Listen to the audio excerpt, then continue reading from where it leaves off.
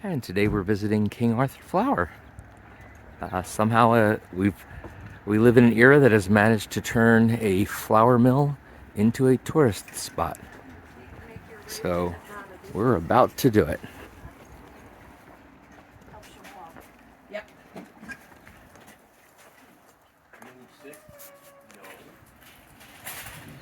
Wasn't when we got here.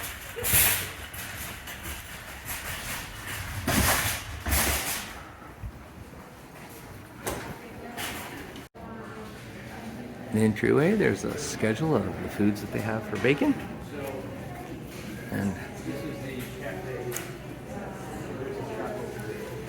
you may recognize Bob giving directions. Quite a cafe here. Look at the menu. Breakfast menu. I'll wait for you.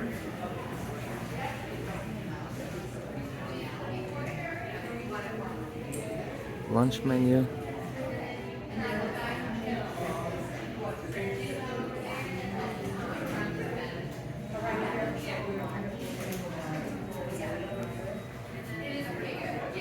An interesting cafe custom quilt. And coming back,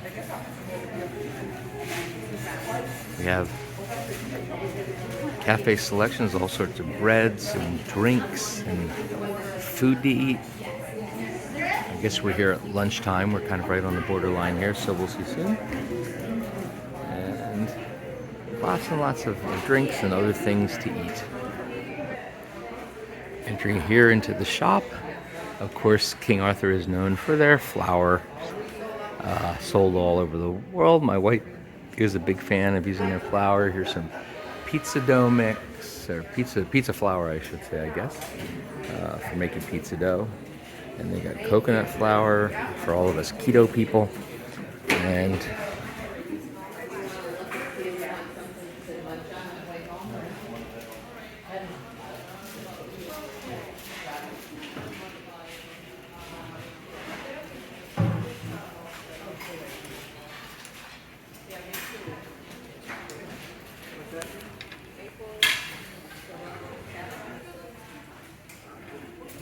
baking tools,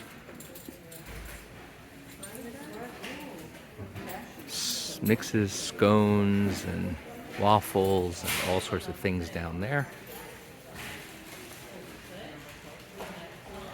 I won't go on too long, but you can get the idea of the kind of things that they have here.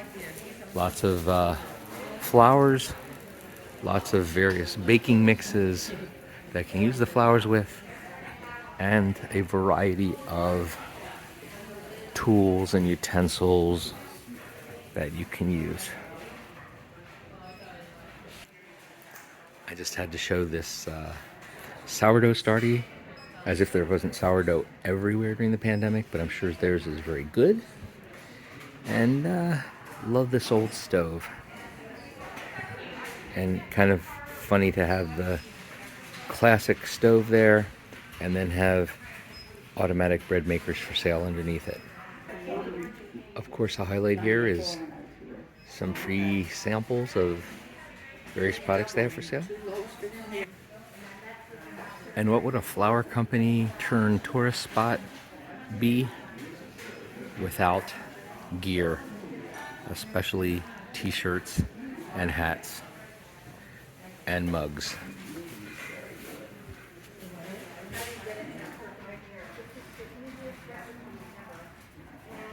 Here we have cake and cookie mixes and other dessert mixes. This is where it gets really dangerous for me. The variety of flowers and things really is quite astounding. And of course, it wouldn't be a store in Vermont if it didn't have jellies and preserves for sale. Lots of jam to get here.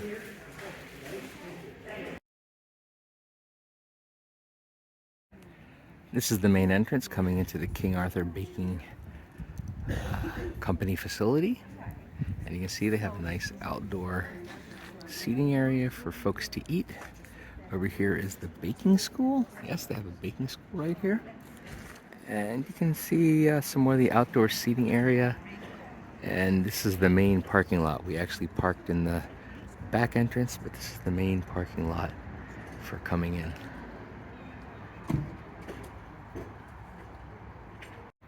There's also a nice eating area here up on top of this little mound. Folks can come out there and sit up there with a picnic table or chairs, Adirondack chairs. Lots of Adirondack chairs, and sit around and eat. And our destination right now, as we're cutting through this main parking lot, is the trail. One thing people may not know about is that there is a King Arthur walking trail that goes around their property. You can pick it up down the road a bit. We're just going to go over here and pick it up right here.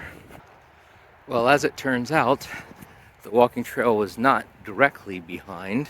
There is an entrance, it looks like, to the trail over here on the side. You can see the King Arthur facility is back there. So when I came out and walked around the parking lot, I had to turn left and come down here to where the trail is. So we're gonna head to the trail entrance and see what's up. Well, folks, I'm well past that sign and out almost to the road again, and I didn't see a trail. I did, however, see another sign going the opposite direction, saying that it was for walking. So either I've got my information wrong, or this is the walking trail.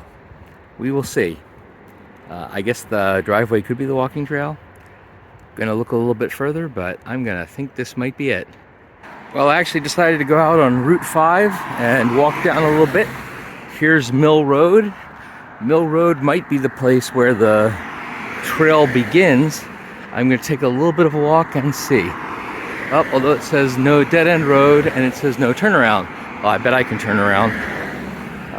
But I wonder if there's a way back there or not. We'll find out. Having a nice little walk on a country road right off of the thing. Oh, here we go, King Arthur Trail. You know, I think this is the trail. I think it's just very grown over, maybe out of season, but we have found the trail. So the lost trail of King Arthur has been found. Let's head off into the woods and see what we find. I'm going to guess that it kind of goes down a bit maybe, and then maybe by the time we get to the other end it won't be too clear, but we'll see. There's a nice little creek running through here. The water's kind of slow, but you can see it moving a little bit down there in the corner. And here we are just a few seconds later. It looks like this is going to be the road that I was on before where I was looking. And it may even take me near the sign, but it sure wasn't clear at the entrance that this was a trail. I didn't see it. But know that the King Arthur Trail is here. And if you take the turn on Mill Road, just before you get to King Arthur, or just after King Arthur, depending on which King Arthur flour or baking company, depending on which direction you're going, that if you turn on Mill Road, it's a very short distance down the hill to where the trail starts and ends.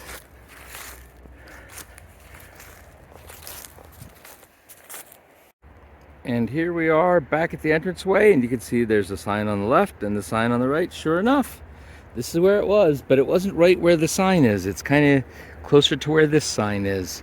We turn around and there is the entrance to the trail, which I missed on our first trip through. Coming off of the trail, we were facing that elevated eating area, the mound I mentioned before, which I am hereby declaring King Arthur Mountain. So we have now ascended King Arthur Mountain, and we are checking out the view from the top of King Arthur Mountain. Quite a beautiful view, isn't it?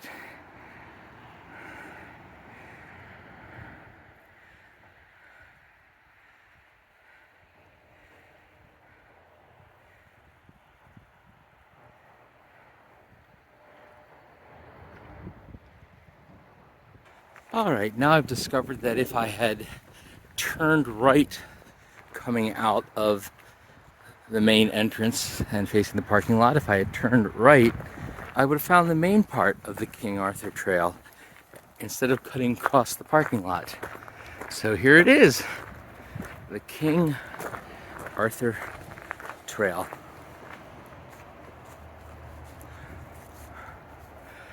And 3/4 of a mile, so hopefully I can get that done before the folks inside are done shopping. A beautiful trail disappearing off into the woods. I'm gonna hike for a little bit and I'll be back.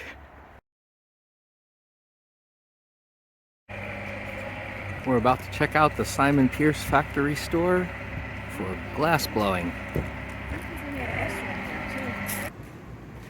As we enter in, there are some displays of their wares.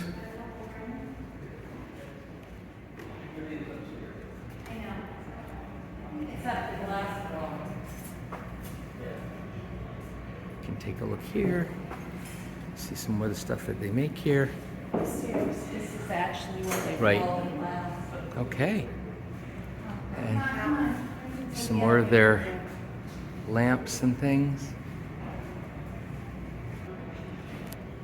Now we're going to go up to the store, and you can also see from the store where they are actually doing the glass blowing. There is a look out over that way.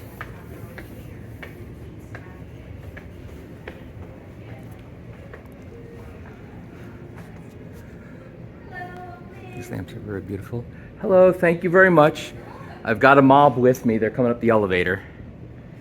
But I'm just taking a shot.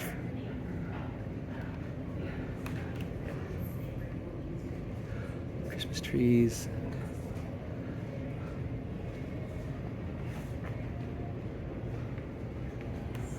Oh, look at all this stuff in here. I'm really curious about prices. I'm not really seeing any prices here. How are you folks doing? Good. Good. Is there anything I can help you find? Sounds great. If you're interested in doing the glass blowing, you can head right through this door here. I'll give you an idea. Those two glasses are $150 for those two glasses. All hand blown, made here. Pretty impressive. I'm not sure where the wood bowls come from, but they're very nice looking too. I really like these wood bowls, as a matter of fact. Definitely very high quality stuff. And what's interesting is they do have a seconds lot over here. Let's are we playing Find the Flaw? Yeah. Look at these, some small flaws in here. You can see the little marks in there. That's about all I can see. Still $30. So, I wonder what the not flawed ones cost. But look at this beautiful, beautiful work over here. And these are seconds. And that's a second. Yeah. Over here in the corner of the store near the elevator is a door with a sign on it that says glass blowing, and I'm going to assume that's where we go to look over the floor. Look at all the stuff that's happening down here.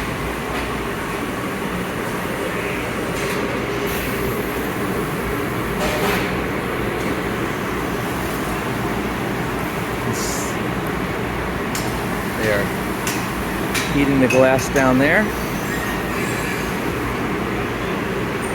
and working it in different ways over here. Down here, looks like a lot of them are waiting for the hot glass to come over. That's quite a watch this guy do a little bit of glass work, huh?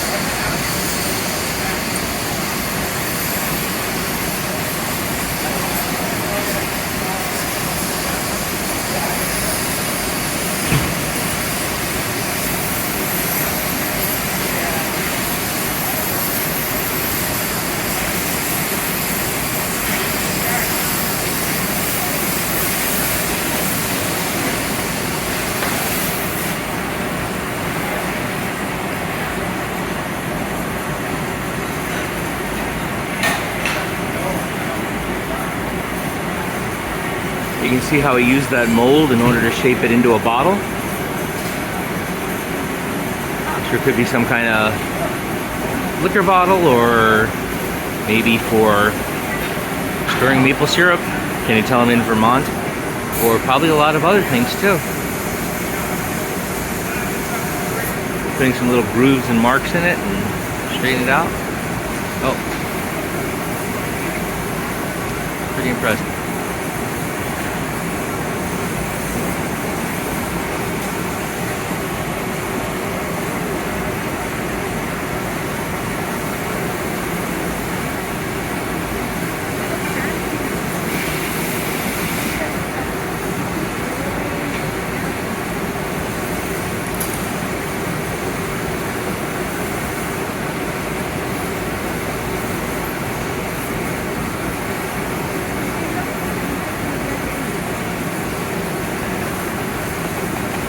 Now, interesting. I wonder why they're poking that hole in it. Maybe it's not a bottle. Or maybe it's going to be... Oh, now he takes it somewhere else. Now this guy's going to do something else over here. And I got to start looking through the camera more and less just looking at it myself, so you guys can get a better view.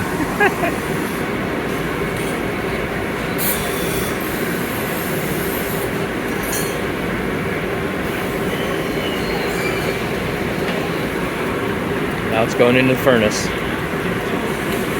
Pretty amazing.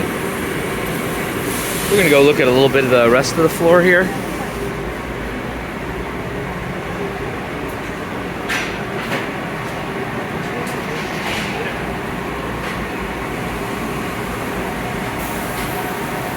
Look at the size of those machines.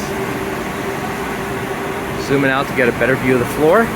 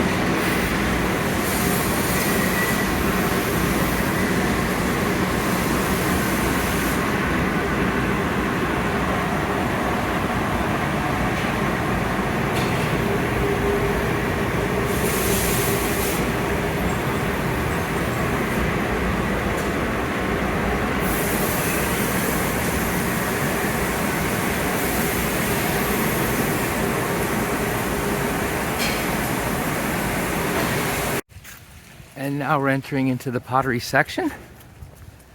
Gonna see what they have to offer here. I'm gonna guess a lot of pottery. Whatever outrageous prices. And there's, yeah.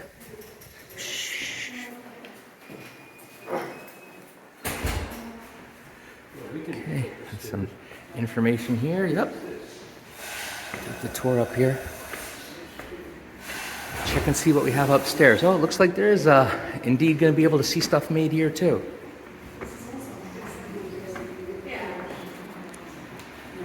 The work floor here down in the pottery area. Kind of a fuller view of this section. Let's see what this gentleman's doing down here.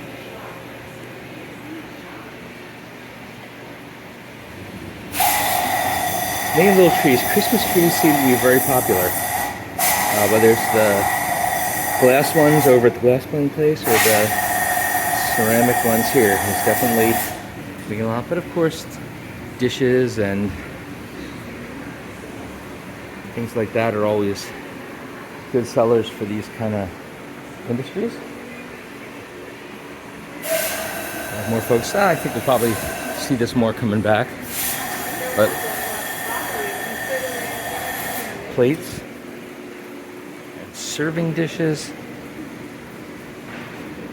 and bowls and various Other things, pedestals, vases over there. And it must be slow season because they have it closed off down there. At least that store area, huh? It's a working area, I guess. This gentleman down here, I'm not sure what machine he's working down there. Some kind of press. Oh, it's a press. Yeah, pressing the clay into the molds before they're fired, I'm guessing. Quite a job down there. More folks working here. Oh yeah, see, there's a ram press. And then they're working some more here. This guy is trimming. So he's taking the stuff that comes out of the press and then forming it more. Looks like good old-fashioned throwing in a lot of ways. So you can see him working it down there.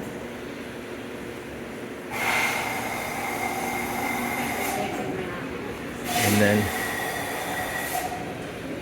oh, sorry, he is an actual potter who is actually throwing the clay from the beginning.